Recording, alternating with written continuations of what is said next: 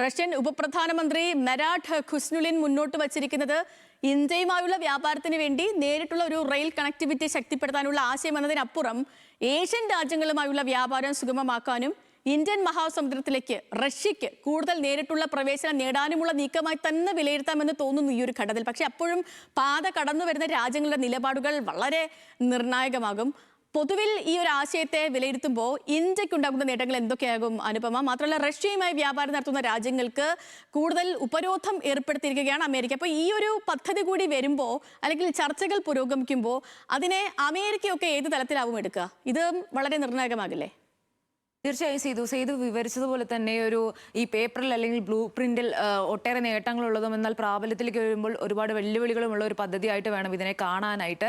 ഇന്ത്യയുടെ നേട്ടങ്ങൾ എന്ന് പറയുമ്പോൾ നേരത്തെ റഷ്യയുടെ കാര്യത്തിൽ എങ്ങനെയാണ് റഷ്യക്ക് ഈ ഇന്ത്യൻ ഓഷനിലേക്കുള്ള പ്രവേശനം ലഭിക്കുന്നത്, അതുപോലെ തന്നെ ഈ മധ്യേഷ്യയിലേക്കും യൂറോപ്പിലേക്കുമുള്ള ഒരു വലിയ വിപണി തുറന്നു കിട്ടുന്ന ഒരു സാധ്യതയാണ് ഈ ഒരു കരമാർഗമുള്ള റെയിൽ കോറിഡോർ ഇന്ത്യക്ക് മുന്നിൽ വയ്ക്കുന്നത്. ആ പദ്ധതി പ്രാബല്യത്തിൽ വരികയാണെങ്കിൽ മോസ്കോയുമായി മാത്രമല്ല ഈ ഇറാനുമായിട്ടുള്ള, പ്രധാനമായിട്ടും റഷ്യയും ഇറാനും എന്ന് പറയുന്നത് ലോകത്തിലെ ഏറ്റവും മുൻപന്തിയിലുള്ള എണ്ണ ഉൽപ്പാദകരാണ്. അവരുമായിട്ടുള്ള ഡയറക്റ്റ് ആയിട്ടുള്ള ഒരു ട്രേഡ് റൂട്ട് തുറന്നു കിട്ടുകയാണ് അവിടെ ഇന്ത്യക്ക്. ഇപ്പോൾ സേതു സൂചിപ്പിച്ചതുപോലെ മറ്റ് സമുദ്രപാതകളിലെ വലിയ ഭൗമരാഷ്ട്രീയ വെല്ലുവിളികൾ ഉയരുന്ന ഒരു സാഹചര്യത്തിൽ അങ്ങനെ ഒരു കരമാർഗമുള്ള സമാധാന പാത അല്ലെങ്കിൽ ബദൽ പാത ഉണ്ടാവേണ്ട ഒരു വലിയ സാഹചര്യം എല്ലാ ഭൂഖണ്ഡങ്ങളിൽ നിന്നും അങ്ങനെ ഒരു ആലോചന ഉയർന്നിരിക്കുന്ന സാഹചര്യത്തിലാണ് ഇങ്ങനെ ഒരു ഐഡിയ ആയിട്ടെങ്കിലും ഇങ്ങനെ ഒരു പദ്ധതി മുന്നോട്ട് വരുന്നത്.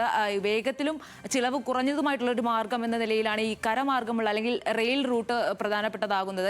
നമുക്കറിയാവുന്ന പോലെ കപ്പൽ പാതകൾ എന്ന് പറയുന്നത് ഇപ്പോൾ അടുത്ത കണ്ടുപോലെ തന്നെ വലിയ രീതിയിൽ അനിശ്ചിതത്വം നിലനിർത്തുന്ന വലിയ ചെലവേറിയ അല്ലെങ്കിൽ കാലതാമസമുള്ള ഒരു ട്രേഡ് റൂട്ടാണ്. അതിന് പകരം കരമാർഗം എളുപ്പത്തിൽ വ്യാപാരം ഉണ്ടാക്കാനുള്ള ഒരു സാധ്യതയാണ് അവിടെ തുറക്കുന്നത്. അതുപോലെ തന്നെ യൂറോപ്പ് മാത്രമല്ല അവിടെ ഒരു വിപണിയായിട്ട് വരുന്നത്, മധ്യേഷ്യ കൂടിയാണ്.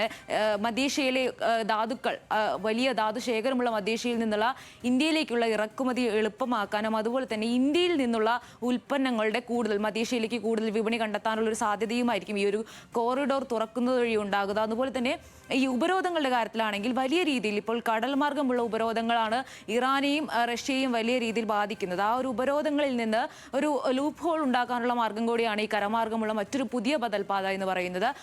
അപ്പോൾ അതുപോലെ തന്നെ മറ്റൊരു വശത്ത് വെല്ലുവിളി ഉയരുന്നത്, അങ്ങനെ ഒരു ഉപരോധങ്ങൾ മറികടന്നുകൊണ്ട് ഒരു ബദൽപാത ഉണ്ടാകുമ്പോൾ അതിനെ എങ്ങനെയായിരിക്കും അമേരിക്കയും യൂറോപ്യൻ രാജ്യങ്ങളും അതിനെ എങ്ങനെ കാണുമെന്നുള്ളതാണ്. കാരണം റഷ്യ എന്ന് പറയുന്നത് യൂറോപ്പിനെ സംബന്ധിച്ച് ഇപ്പോൾ ഒരു പ്രധാനപ്പെട്ട വെല്ലുവിളി അല്ലെങ്കിൽ ശത്രു എന്ന രീതിയിൽ മാറിയിരിക്കുകയാണ് യുക്രൈനുമായിട്ടുള്ള യുദ്ധത്തെ തുടർന്ന്. ഇറാന്റെ കാര്യത്തിലാണെങ്കിൽ അമേരിക്കയുമായി നേരിട്ടുള്ള യുദ്ധത്തിലാണ്.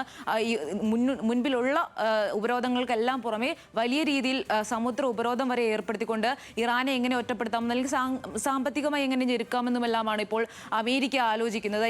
യൂറോപ്പിന് ഒരു പരോക്ഷമായിട്ടുള്ള പിന്തുണയെങ്കിലും അതിനുണ്ട്. അതുകൊണ്ട് തന്നെ ഈ സംഘർഷഭരിതമായിട്ടുള്ള ഈ രണ്ട് രാജ്യങ്ങളുമായിട്ടുള്ള യൂറോപ്പും അമേരിക്കയും ഒരുപോലെ എതിർക്കുന്ന ഈ രണ്ട് രാജ്യങ്ങളുമായിട്ടുള്ള ഒരു വ്യാപാര ബന്ധം അല്ലെങ്കിൽ ഡയറക്റ്റുള്ളതായിട്ടുള്ള ഒരു കോറിഡോർ ബന്ധം എന്ന് പറയുന്നത് ഈ അമേരിക്കയുമായിട്ടുള്ള അല്ലെങ്കിൽ യൂറോപ്യൻ രാജ്യങ്ങളുമായിട്ടുള്ള ഇന്ത്യയുടെ ഉഭയകക്ഷി ബന്ധത്തിനെ എങ്ങനെ ആയിരിക്കും ബാധിക്കുക എന്നുള്ളത് അപ്പോഴും ഒരു ചോദ്യമാണ്. അങ്ങനെ അവിടെ ഒരു ഇന്ത്യക്ക് ആ ഉഭയകക്ഷി ബന്ധത്തിൽ ഇപ്പോൾ യൂറോപ്പുമായിട്ടാണെങ്കിലും അമേരിക്കയുമായിട്ടാണെങ്കിലും വ്യാപാര കരാറുകൾ, വലിയ രീതിയിലുള്ള വലിയ വ്യാപാര കരാറുകൾ ഇന്ത്യ ചർച്ചയിൽ നിൽക്കുന്ന ഒരു സാഹചര്യമാണുള്ളത്. ആ കരാറുകളെ ഇതെങ്ങനെ ബാധിക്കും? നമുക്ക് ഈ റഷ്യൻ നിർദ്ദേശത്തെ വെറും ഒരു ട്രെയിൻ സർവീസ് ആയിട്ട് മാത്രം കാണേണ്ടതില്ല. ഇത് യഥാർത്ഥത്തിൽ യൂറേഷ്യയുടെ പുതിയൊരു ട്രേഡ് മാപ്പ് രൂപപ്പെടുത്താനുള്ള ശ്രമമായിട്ട് തന്നെ വിലയിരുത്താം.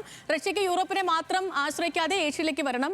ഇന്ത്യക്കാണെങ്കിലോ യൂറോപ്പിലേക്കുള്ള വ്യാപാര ബന്ധം ശക്തിപ്പെടുത്തണം.